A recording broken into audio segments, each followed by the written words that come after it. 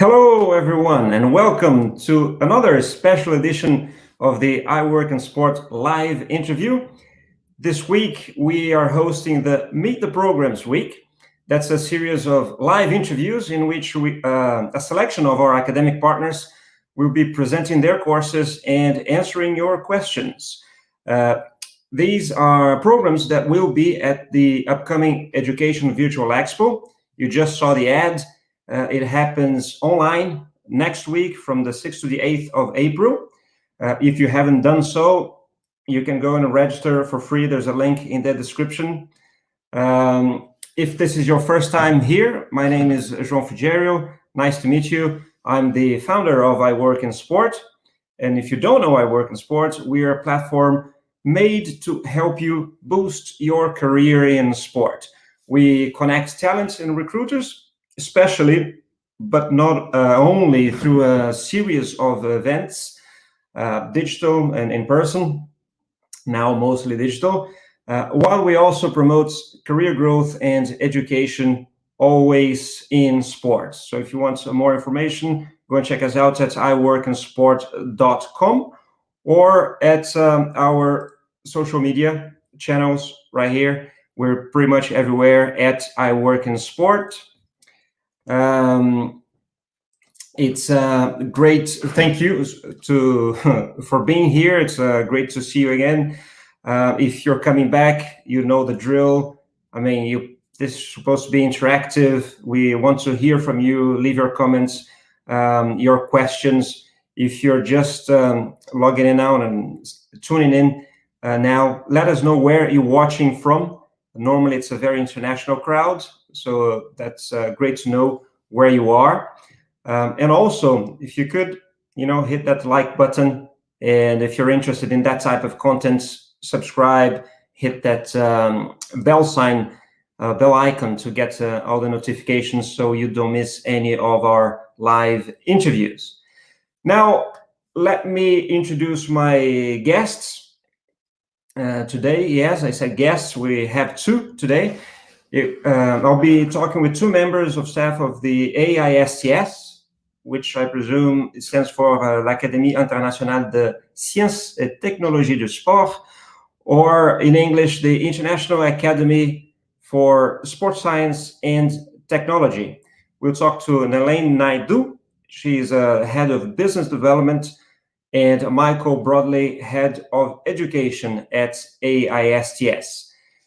So both of them, and the team, will be at the Education Expo next week. But, I mean, this is a chance for you to get to know the AISTS better, even before you connect with them at the event. So when you do, conversation will be even more useful.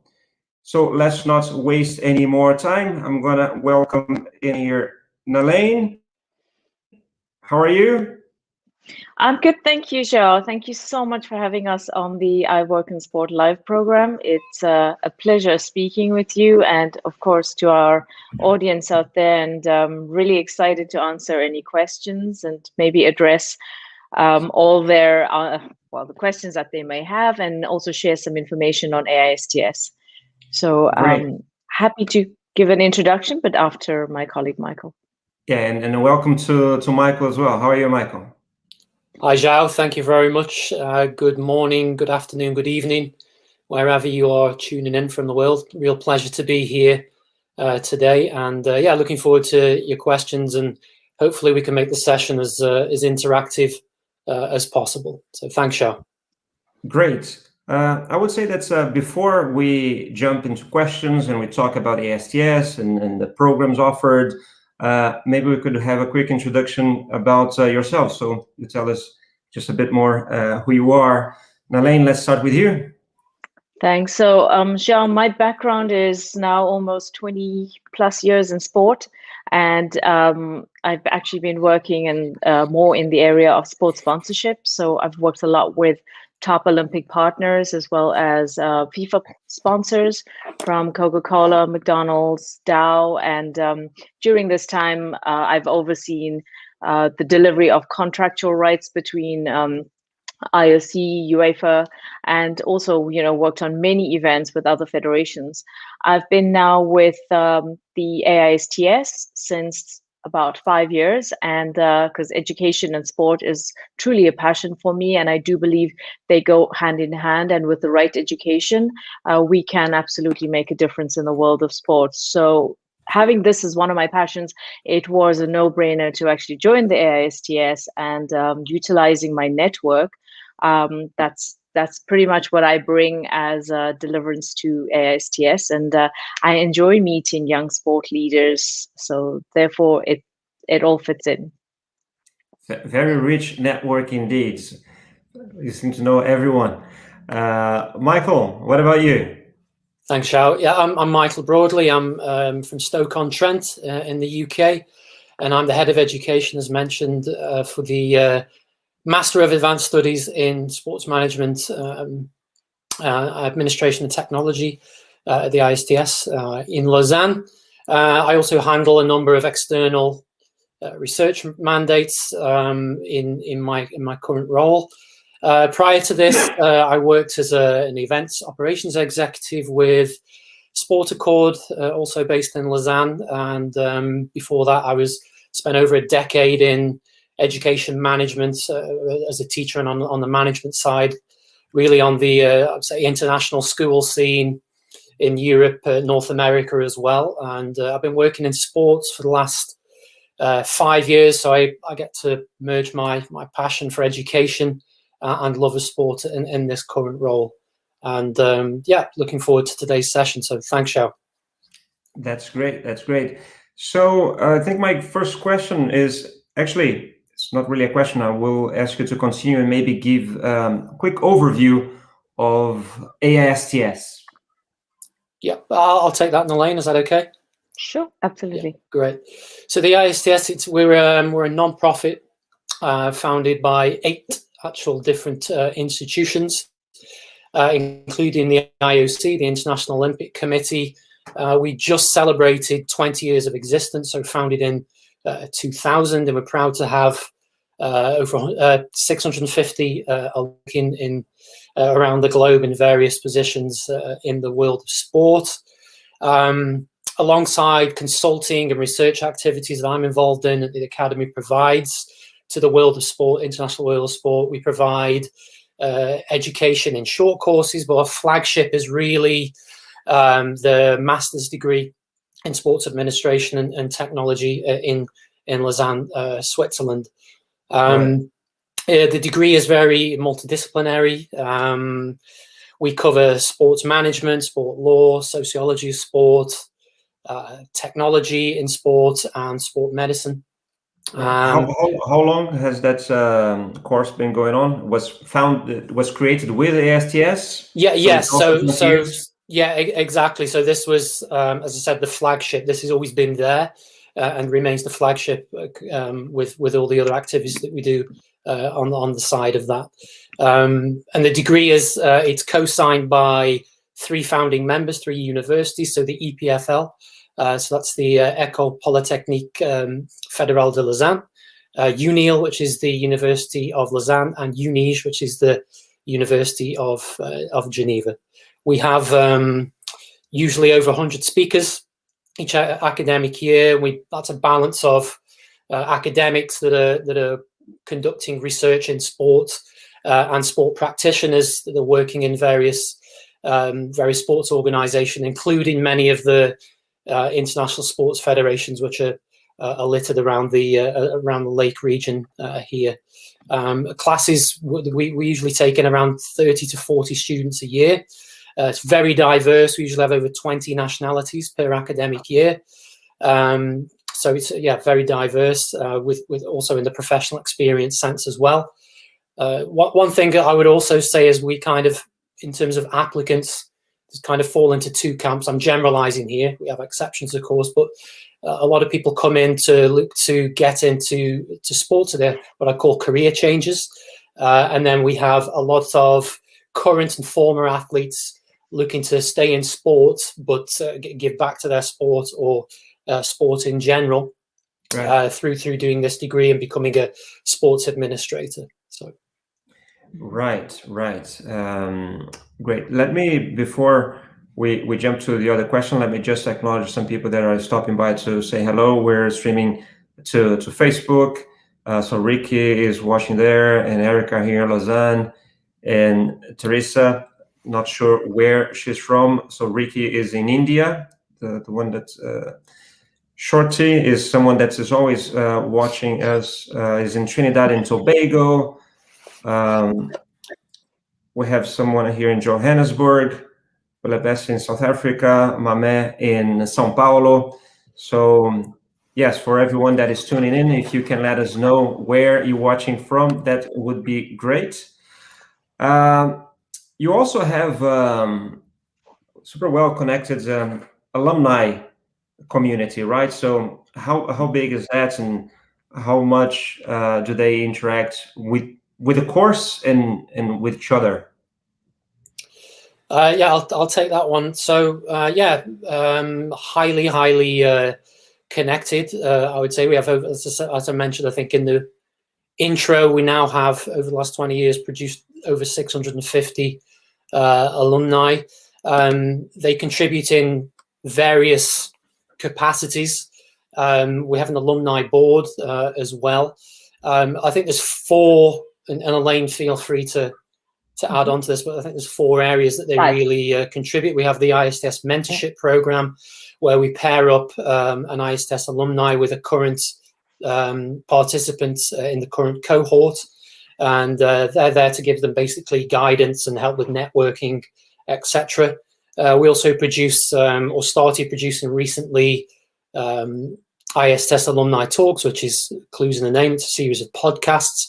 This is done through the alumni committee as well, and done through people who are working in various sports organizations around the world.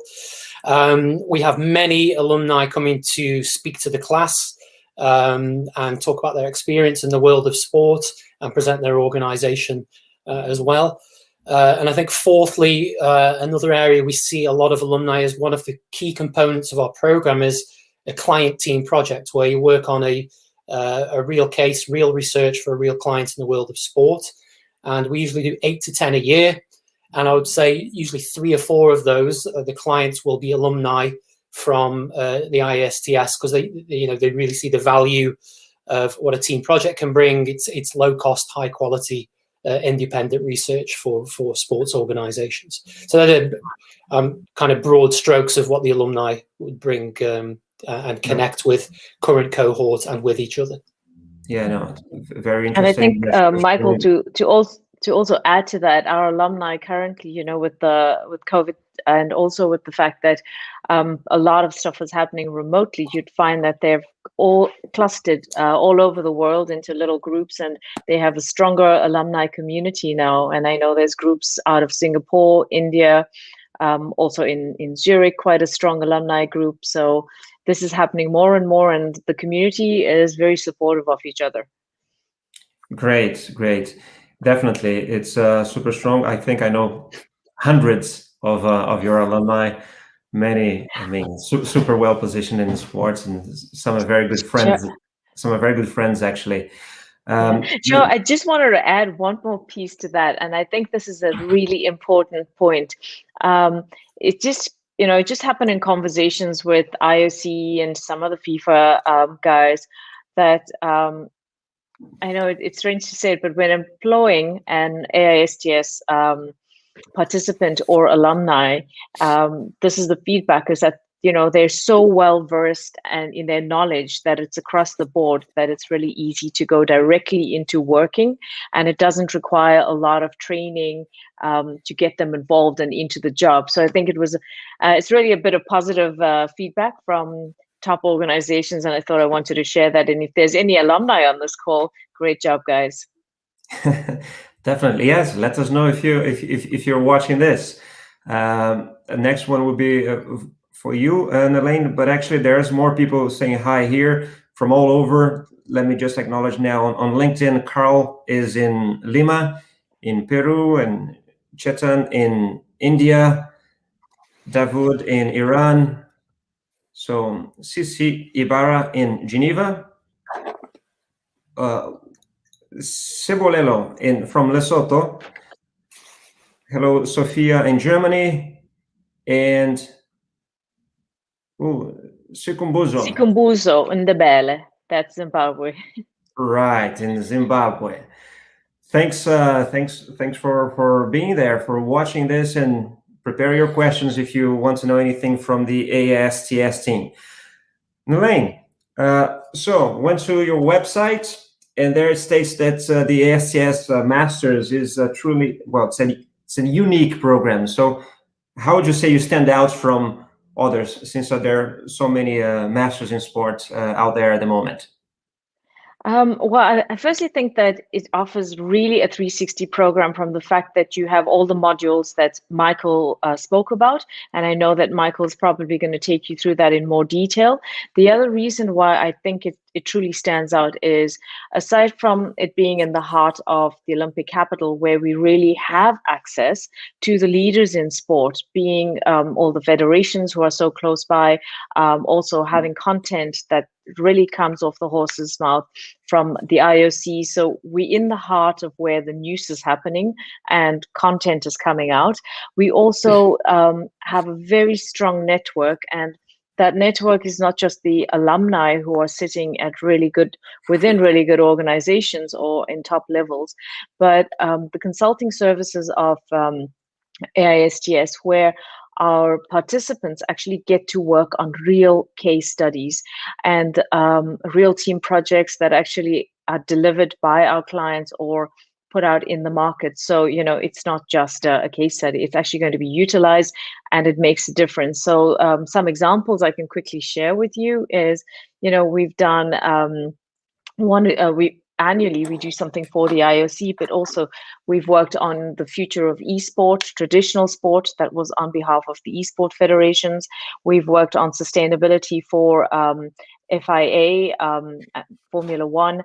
So we get these really, really high level team projects that come from FIVB, FIBA, and it continues annually because of the high deliverance coming out of these team projects.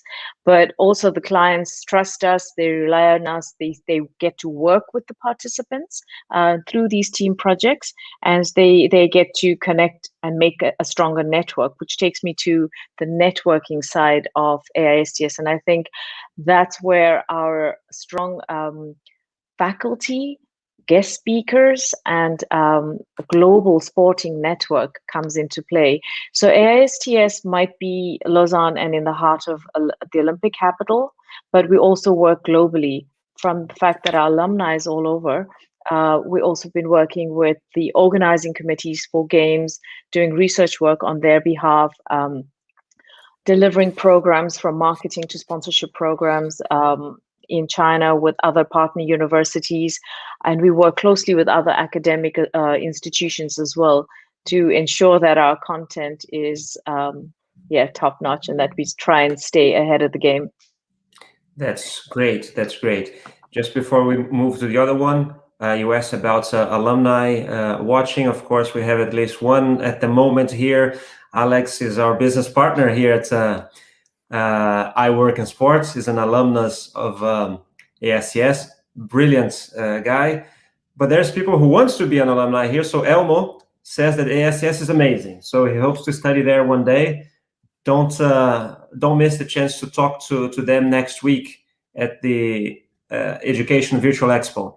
Very quickly, just saying hi to Jonathan here in Mexico City, Sanil in Nepal, Humberto Moreira in Brazil, and Sanket from India.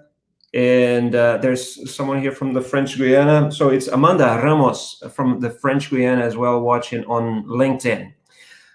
Nalain, before we go back to Michael, another one for you. So who do you target? So the MAS, the Masters takes place in Lausanne. Mm-hmm. It's quite a trip for some of these people watching us here. It's quite far away. So who do you target? Who do you want to bring to Lausanne to do the Masters? All right. So as you can see, you've got a global audience here. So it is literally a global audience. And the reason we try to have diversity is strength. And I think that's where the knowledge comes in. And our target basically is participants who actually want to work in sport, want to grow their knowledge in sport, who are passionate about sport. And of course, it's not just having that. You of course need to have have your bachelor's, have experience before being accepted. So it's a high level. It's not just directly out of school. So you really need to have the experience. But we also, I would say, we also try to target athletes who have developed their career and spent many years training and participating in Olympic Games, and there comes a point in life where you need to transition. These athletes have an amazing strength and knowledge in terms of endurance and a great mindset, and they need to transition into a different career after their athletic career comes to an end. And that is also our key target. Those are athletes who actually can add value to the program because they're coming in with knowledge.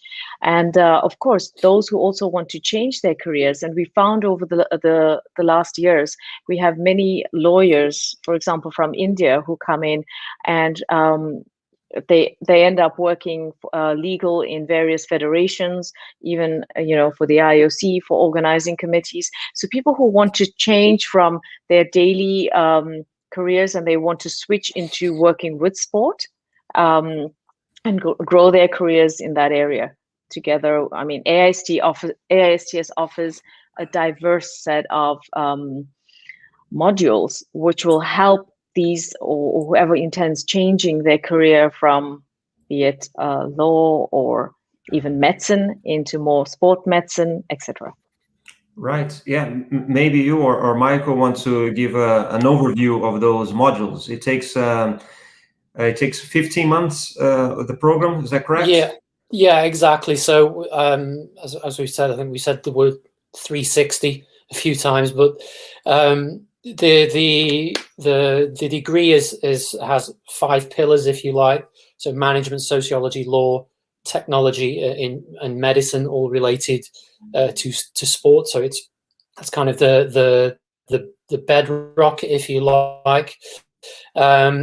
Classroom time is over 9 months, but the actual degree itself is 15 months. And the reason for that is you will also have an independent research paper that you can do on any topic of your choice related to sport. And a lot of people often use that as a useful tool, as a business card to go on and use themselves as a for interviews, etc., and to get employment further on down the line. So there's the research paper, which is usually due 2 to 3 months after the class time is finished, and then you also are required to do 2 months of paid work experience in sport in order to get your degree. So that's why we have the 15-month period, the duration. With actual class time, we operate a normal academic year, so end of September through to end of June. Right. And yeah, you come out, as Nalain mentioned, you really come out with a well-rounded view and I would say a toolkit to go straight into a sports organization, federation, organizing committee, NGO in sport, whatever that may be. Okay, well, give us a sense then in classrooms. So what is the backgrounds or occupations of the lecturers, typically, let's say? It's very varied. So obviously with law, we have all qualified lawyers that may have specialities. For example, we have one of the elements is anti-doping. So a lawyer that works around that. Sponsorship contracts, for example, sports law. Sponsorship contracts, for example, we have medical doctors that come that work at events, work with injured athletes, for example, that come and teach in the program.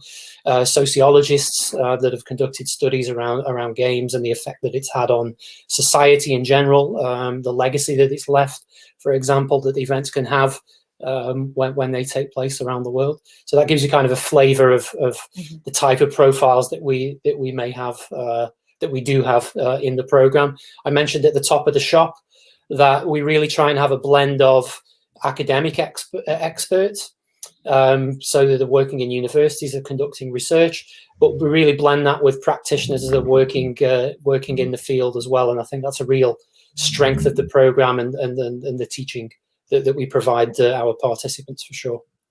Yeah, Michael, I can just support you on that one. Like João, I think yesterday was an excellent example. Yesterday we had launched the eSport module.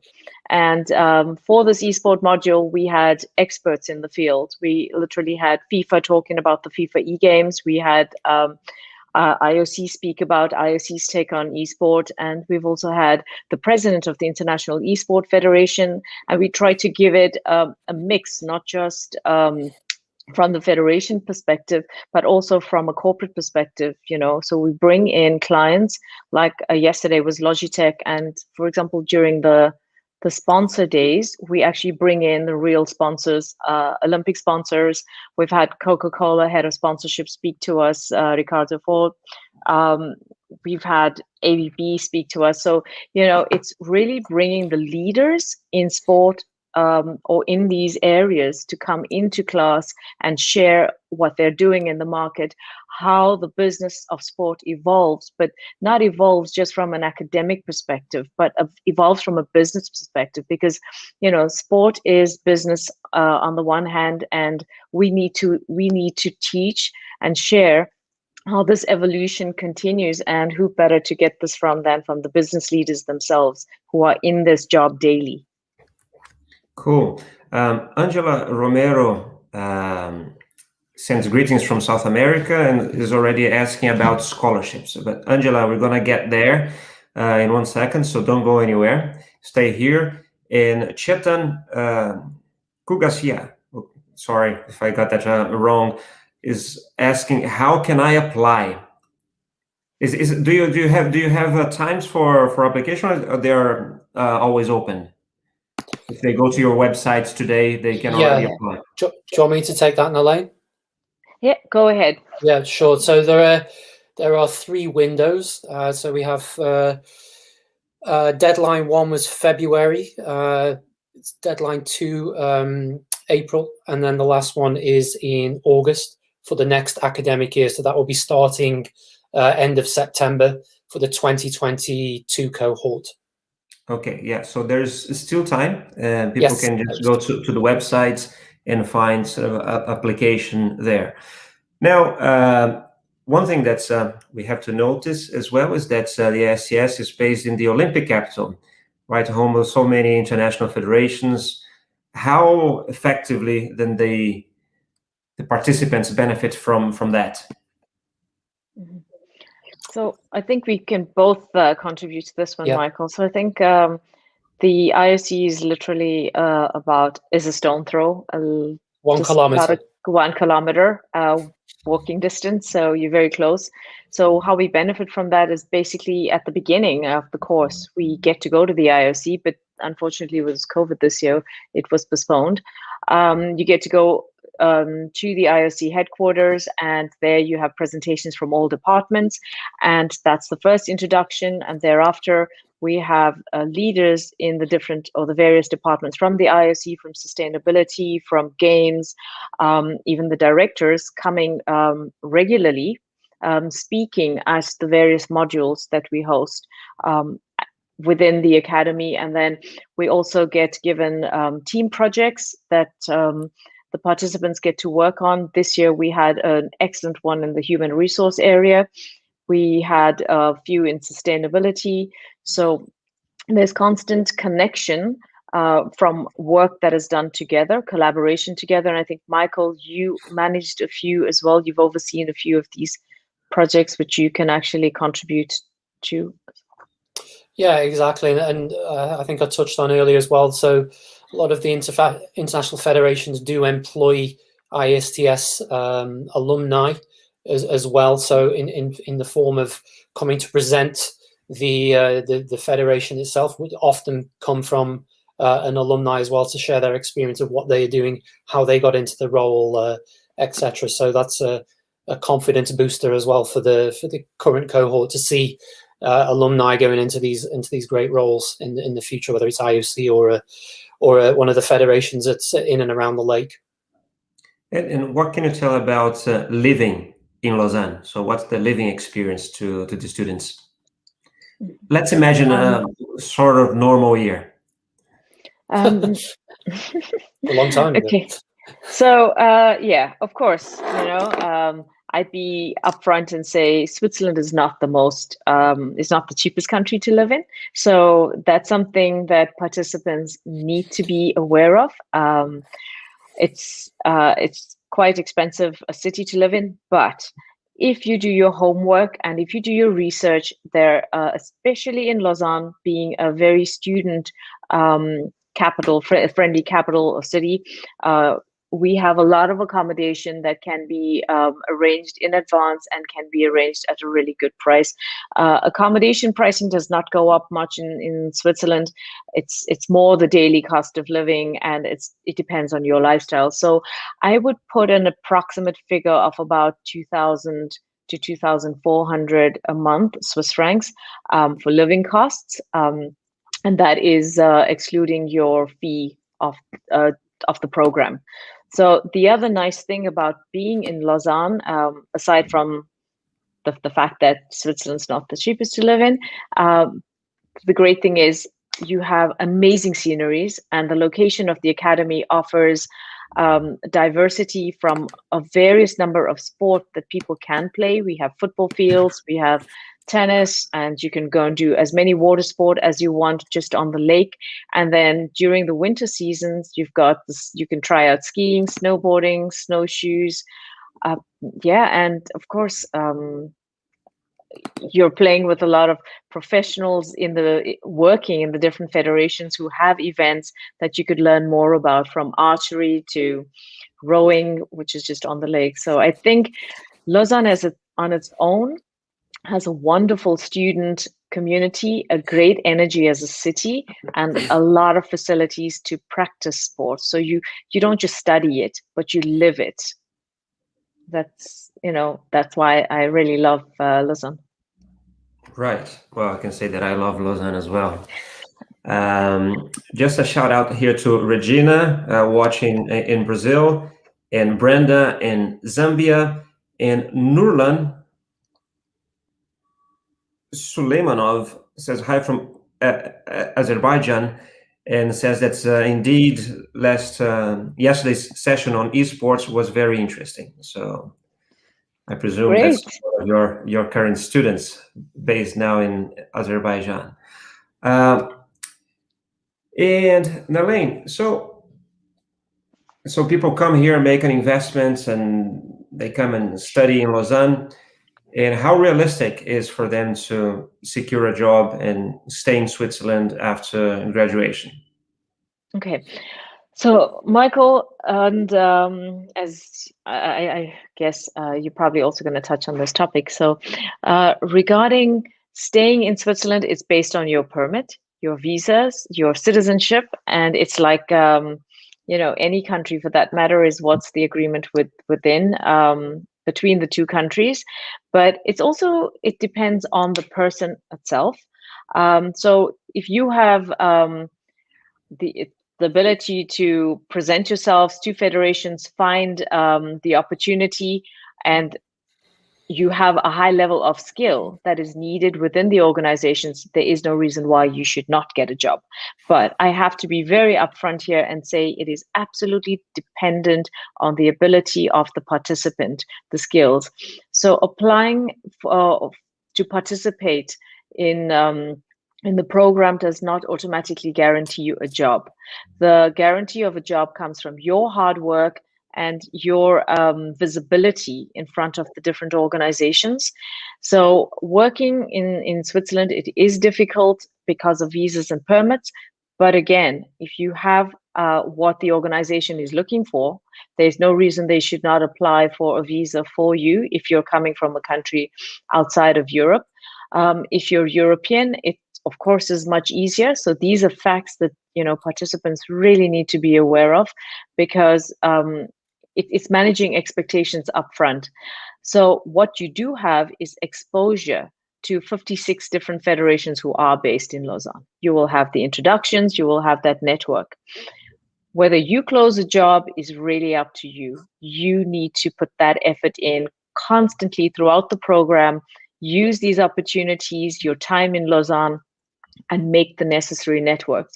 In life, you could be living anywhere and there's no guarantee of a job until you make that initiative. So that would be my advice. So I think students who want to do it purely because they foresee that, moving to the Olympic capital determines they're going to live there endlessly, that ball is in your court. We open the door, you're welcome, we'll give you the best education, we'll offer you the best network, but you need to close that deal in the end. And we'll also help with the coaching, we'll help with setting up introductions for jobs and internships. But exactly. The cherry on the cake is going to be left in the hands of the participant. Yeah. If that makes sense to you. Yeah. And I think I'll just jump on top of that as well, Nalain. I think all very valid points. I do a lot of interviewing of potential candidates throughout the academic year, and this question or this topic comes up all the time. And it's great if you can get something in Lausanne based on things Nalain was just mentioning. But I always encourage people, come with an open mind. We'll give you the toolkit. With this 360 approach to sport management, but come with an open mind. The sport world is vast. Yes, there's great opportunity in and around Lausanne in Switzerland, but there are other opportunities around Europe, around other parts of the world, whether it's working with a league, a club, an NGO, an event organizer. So really have that kind of open mindset and be open to different possibilities and not be, I guess, obsessed on one particular organization, for example. So I would encourage people, if you're applying, to have that open mindset when it comes to jobs further down the line after you've done the degree. Yeah, definitely, 100%. Michael, and how much experience one needs before they can apply? So yeah, it varies basically on your background. So typically, if you already have a master's degree, which is obviously a recognized a master's degree by EPFL, and then if you have a minimum of 2 years work in any other industry, that would count. And then people with a bachelor's, again, if it's recognized, a recognized degree, I have to underline that point.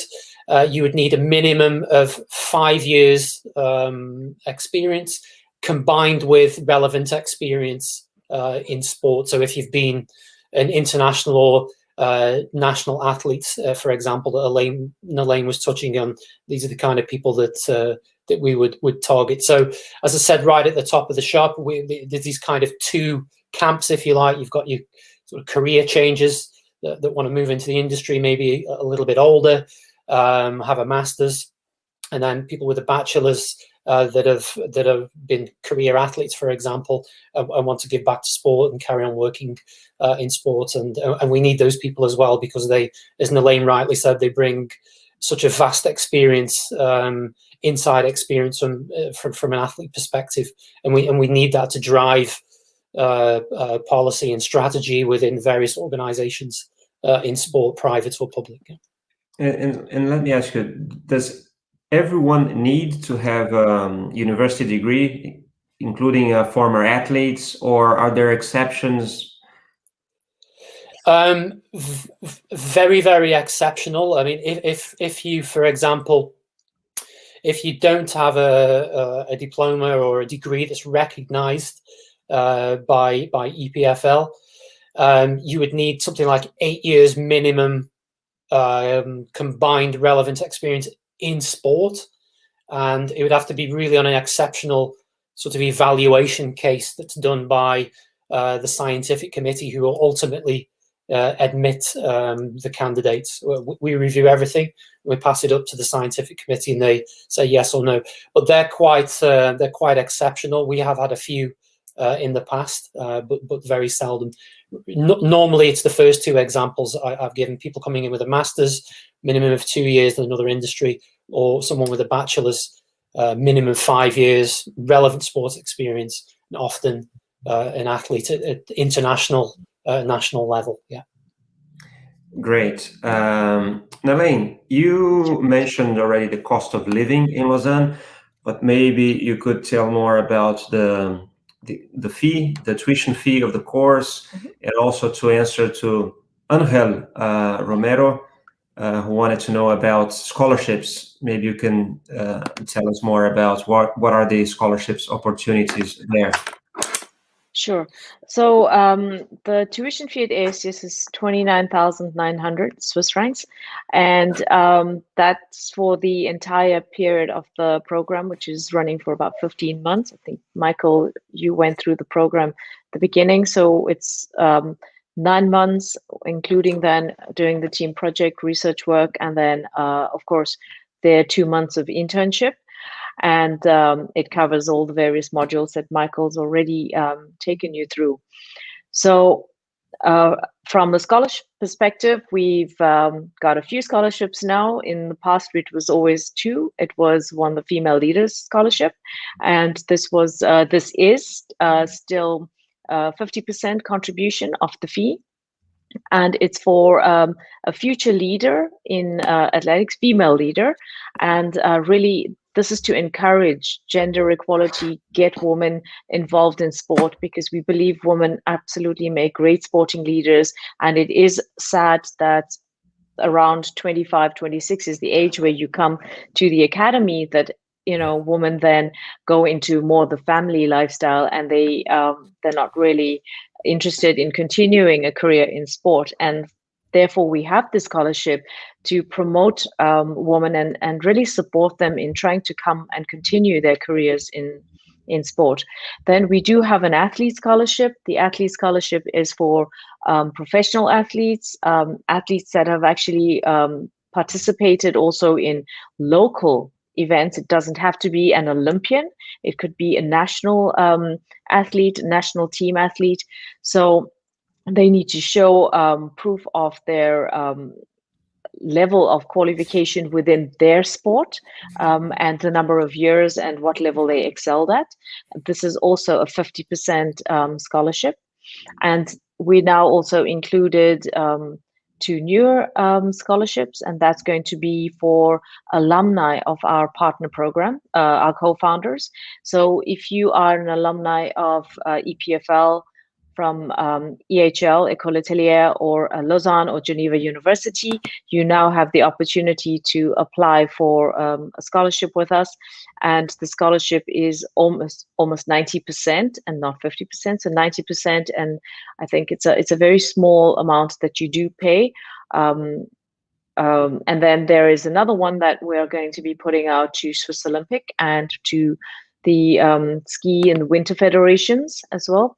These are all information on these can be found on our webpage. So AISTS is now offering a lot more scholarships than we did in the past, because we see that there is a difficulty in terms of fees and funding for students. So we hope that this actually helps in supporting more and more participants to join us.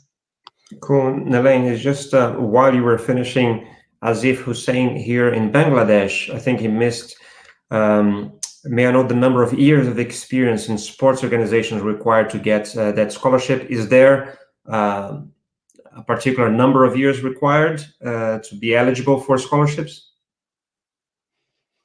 It's actually more the level of their expertise.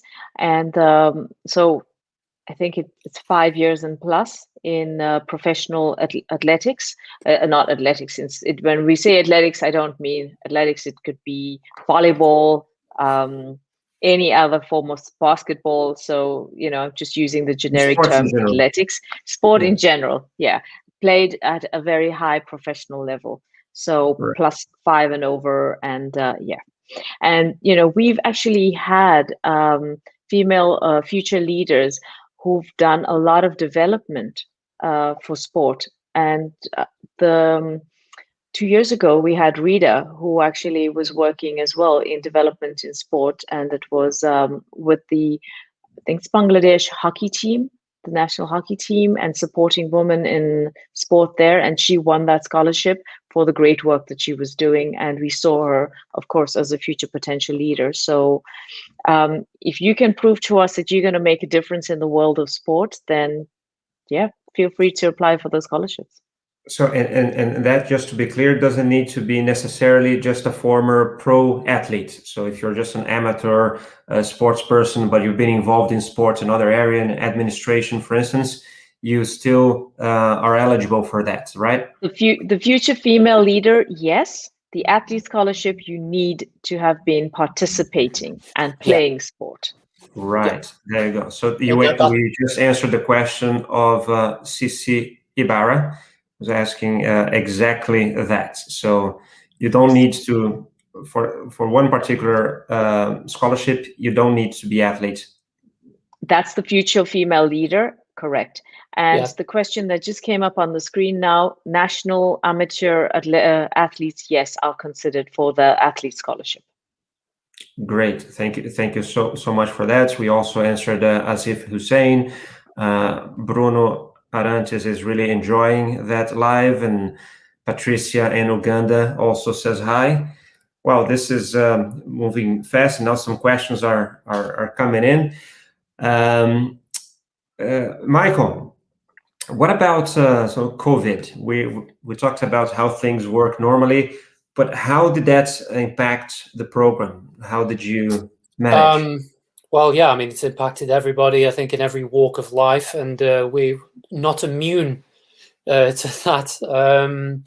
Yeah, so basically, I think the 13th of March last year, we were told not to come on campus anymore, and we reacted very, very quickly, and we were online the following Monday to still deliver the education that everyone had signed up for. Not an ideal situation, but I think the professors did an excellent job adapting to an unusual situation, and not just in terms of just going online, but actually adapting the sessions to the online environment. And what I mean by that is, breaking the time up, doing different types of tasks that you wouldn't typically do in the classroom through quizzes or polls, etc.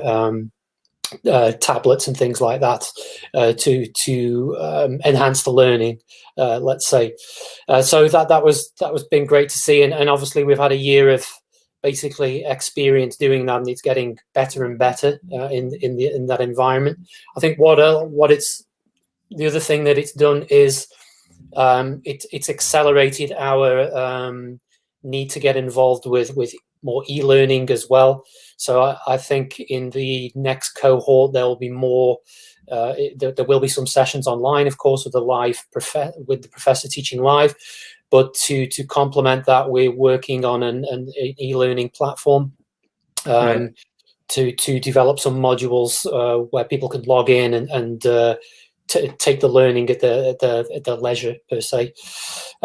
So that's kind of been an accelerator in that area, I would say. So those are the two main, I would say, outcomes of COVID for us. Yeah. Right. Thank you for that. João, could I just quickly state something? I just want to go back to the scholarship. Yes. I want to correct firstly, Rita is Pakistani and not Bangladesh, because I mentioned one of our former future leaders won the scholarship, and it was for hockey in Pakistan. Then the second point that I want to actually stress to this audience, if they are interested in the scholarship, they do close at the end of March. So you've got a few days, to rush those in, and this is for tomorrow. The class. Yeah, this is for the class starting on the 2022 class. Okay. Yeah, that's the one that graduates in 2022. It starts now in September this year. The scholarship for starting in September this year. The deadline is at the end of March. All right. So if you're watching this today, you still have one day to go after all the papers that you need to apply. Yeah, do that. Thank you, Nalain. What about other programs? Because we'll be talking a lot about the MAS, the Masters, as you said, the flagship. So just let's touch on that again, the other programs that you offer. We're going to talk about the one in India. Right. That's going to be actually my next question. But apart from that, you do have a few other short-term programs, right? Maybe you want to explain. Yeah. So, do you want to take it, Nalain? Yeah. Well, we both could actually. Yeah. So, yeah, go ahead, Michael. So I think one of the one that we have that it is part of the MAS, but you can also we also invite externals as well, and it's a trademark week-long seminar called SEMOS, which is Sport Event Management Organization Seminar. And it's basically 5 days where we will invite experts, mainly practitioners in the field of sport in a different functional area that you may find at an Olympic Games. So experts in ticketing, accreditation, protocol, security, medical, whatever that may be, and then we offer that out to externals. So we get a lot of current professionals coming to attend the course as well, and people that are looking to get into the world of sport as well. So it's kind of a teaser or a taster before they maybe want to apply to the Masters. That's one external program that we have. Another one is an anti-doping module that we run. It's week long, clues in the name. So we bring in a lot of medical experts to talk about the various aspects around doping, anti-doping, so experts from ITA, WADA, etc., that will come and give sessions, and doctors from various hospitals for that week. Nalain, do you want to pick up on a couple of others?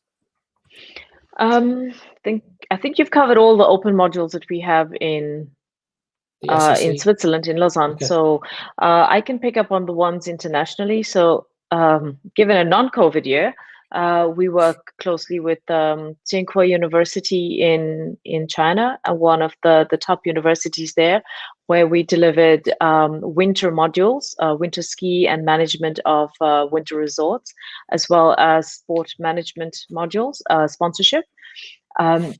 We've also worked with TS in the development. Michael, you managed this, so you could share a little bit more on that one. And currently, we actually going to be delivering modules in India, because we've partnered with a client in India, and we'll be delivering the postgraduate certificate in India, and that's going to be together with the executive diploma. So these two are new programs. They're going to be starting in June of this year. And we absolutely look forward to it. We have already a lot of collaboration with quite a few Indian organizations who'll be working with us, sporting organizations, supporting in terms of jobs related after the course. The academy is going to, the faculty is going to be from Switzerland. It's going to be done, well, I shouldn't say Switzerland, because our faculty is literally Swiss international. So most of our professors and lecturers are coming from all over the world. And but we will still use the same faculty that teach in Lausanne to teach in India, together also with local professors and sports specialists coming out of India, because you also want the program not just to be international, but also local. You need to have the local knowledge as well. So the India programs is going to be a little bit different than the one in Switzerland. The time is also a different period. So it's a 1-year program in India, and Switzerland, of course, is a 15-month program. So that changes. The executive program in India is going to be a 45-day program. So, and that is for professionals who want to come in and, not invest the entire year, but 45 days and shift into a sports career. So talking about your projects in India, so what led you to decide to go and start a course there? You know, Zhao, I'm so passionate about sport and education. If I could open up schools all over, we've had requests from Middle East, from Africa, from many places, and it's not an easy thing to do, to open up an academy in places, because it's expensive to get a faculty to teach and to travel and to find good facilities that could actually house our students. And we always try to give international participants or set up schools and structures outside of Switzerland that have the same level as in Switzerland. And the reason we decided to go into India is our partner in India is as passionate. They share the same philosophy when it comes to sport and education. They've offered and provided the facilities, which is top class facilities, similar to what we have in Lausanne. And we also have the support and the funding from our partner, who is going to help us to take our top faculty with us to India. So with this in hand, it made it easier for us to actually open the AISTS India Academy. Having a great partner absolutely helps. So this was one of the reasons. And the second reason is that the AISTS India program has always had many, many applicants from India. And it's absolutely sad when you see the high level of applicants that come in from India. To be honest, we can actually fill a class with just applicants from India. Okay, maybe I'm exaggerating, but that's the number.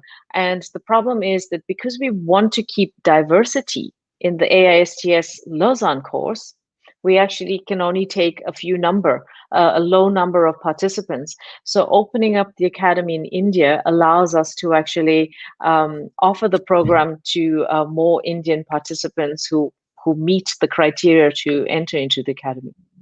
Oh, that makes sense.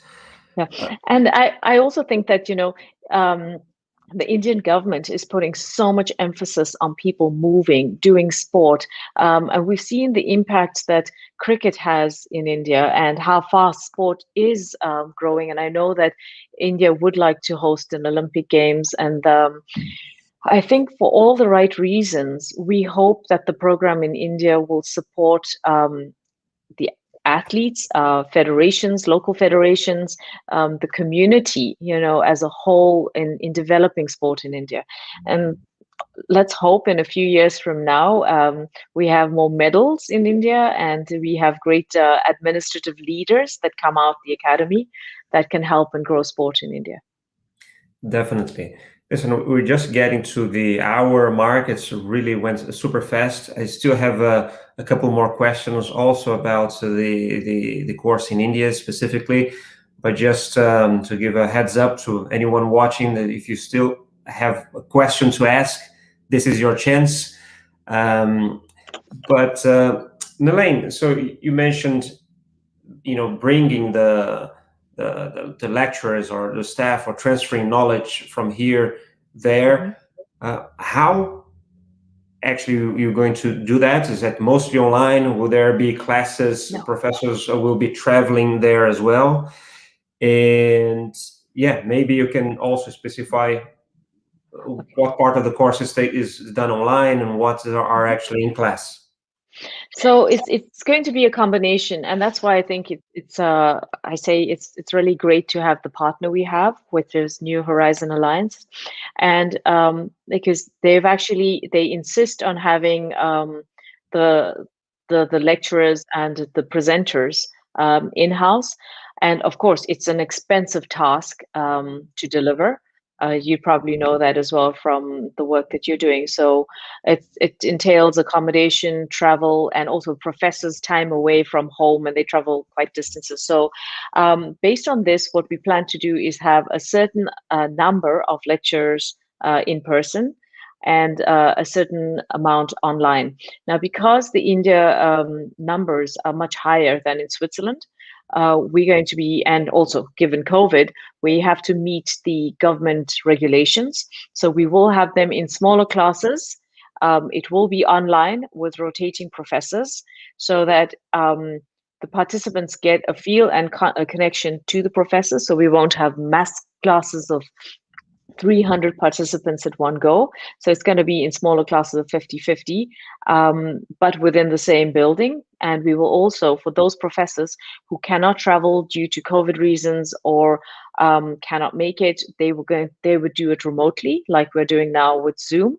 And to add to this program's strength, we will also have from in August, July, August, we will have a few of the Indian participants coming over to Switzerland to experience the Swiss facilities and then also be taught here by the Swiss professors. So it is a mix, and the 45-day program for the executive program will be taught in person. So that won't be online, but the PGP is a mix of online as well as in person. Great. And for the Indian audience of iWorkinSport, we actually have a lot of people that follows us there too. And maybe we should write a separate call on that one. And that will be attending the Education Expo next week. Will you be presenting the AISTS India program there as well? Yes. Yeah, so AISTS India is, of course, a part of us now. It's in our DNA now. So they're going to be part of the iWorkinSport program next week. And we will also have the directors from the India program who will be there to answer questions for anyone who's on this call that has questions for the faculty from India. Right. Listen, this hour really flew by, but if you have a few more minutes, there's a few more questions that came in, so it'd be nice to get to them. Just before we get into that, Zhao, just to build, in relation to what Nalain said. So for those people who are interested in the Master of Advanced Studies in Lausanne, and if you want to speak to me one-on-one, I will be Tuesday next week. I forget the date. I think the 7th. We have Easter Monday. Yeah, the 7th, from 9 o'clock till 12 Swiss time in the portal. So 9 till 12 next Tuesday. In the digital stand, yeah. So that's Wednesday. The 7th is the Wednesday. Sorry, I'm Tuesday. So the 6th. Sorry, yeah. That's the 6th, the first day. First day, yeah. 9 o'clock. Great. So let's go to the last two questions here. It seems like you have some people that are really interested in applying to study with you. So Cici Ibarra, regarding recommendation letters. So she's already collecting the letters to apply. Is it better to present them from current colleagues from work or from people who have some standing in the sports world, for instance, or example, an accredited ITU coaches? Do you want me to say that, Nalain? Yeah. So I mean, I review a lot of, as I said, a lot of the files that we get in, and before I do the interviews with everybody, and we asked for 2 reference letters, and my answer would probably try and get both. But the key is, when we read the reference letters, what we're looking for is really, does that person know you? I mean, that really needs to come across in the letter, as opposed to some generic cut and paste where the person may have a great title, but they not really showing that they know you personally. So although they have some kind of relationship with you in sport, so as long as it's personalized, then that's fine. But I would try and have a mix of, maybe there's a boss that you have, a current colleague, and then if you've obviously an athlete as well, and if there's a coach that could vouch for you as well and give you a good reference letter. So by all means, a mix would be great. Yeah. Great. And we're going to go to a last question here from Azif. I was just here, just missed it. Yes. So about the open modules that you mentioned available so are they available for everyone? It's good to hear that AISTS has taken the initiative to open an academy in India. But in terms of question, who can attend the open modules that you mentioned, like SEMOs, for instance? I mean, that's what he understood as the open module. Actually, anyone. You don't need you don't need any qualifications or anything. So anybody could attend those. And also, if you belong to a federation, if you could state the federation, there is a discounted rates for federations on that. Exactly. Yeah. Right. As I mentioned earlier, it's really like, for example, SEMOS that we run within the master's program. There are kind of, I'd say, two profiles. So like Nalain said, you may have someone that's already working in a federation and they need to kind of brush up or get up to date with event management, for example, in specific domains. And some people use SEMOS as a way to get to know ISTS better, and as a kind of a sample of the kind of education that they would get, kind of speakers that would come before making the leap into applying for the full program per se. Yeah. Great. This has been great. There was one last question here from Ejida asking if they get a certificate in completing the program. Yes, it's a master's in sports, so you do get that certification. Yes, and it's signed together with our partner university as well. So it's a proper certificate, if that's the question. Do you mean a degree or the modules that we run independent of the degree? So maybe mention the modules then. So we address open modules. Yeah, open module. There is a certificate at the end of attendance for sure. But just to reassure everybody, the master's degree is, as I said, we have 3 co-signing institutions: University of Lausanne, the EPFL, and the University of Geneva. So you have 3 top-ranked Swiss universities that are backing the degree, fully accredited and matriculated through those guys. Yeah. Right. Listen, thank you so much. I mean, this really flew by. Was a lot of information. There was a lot to unpack here.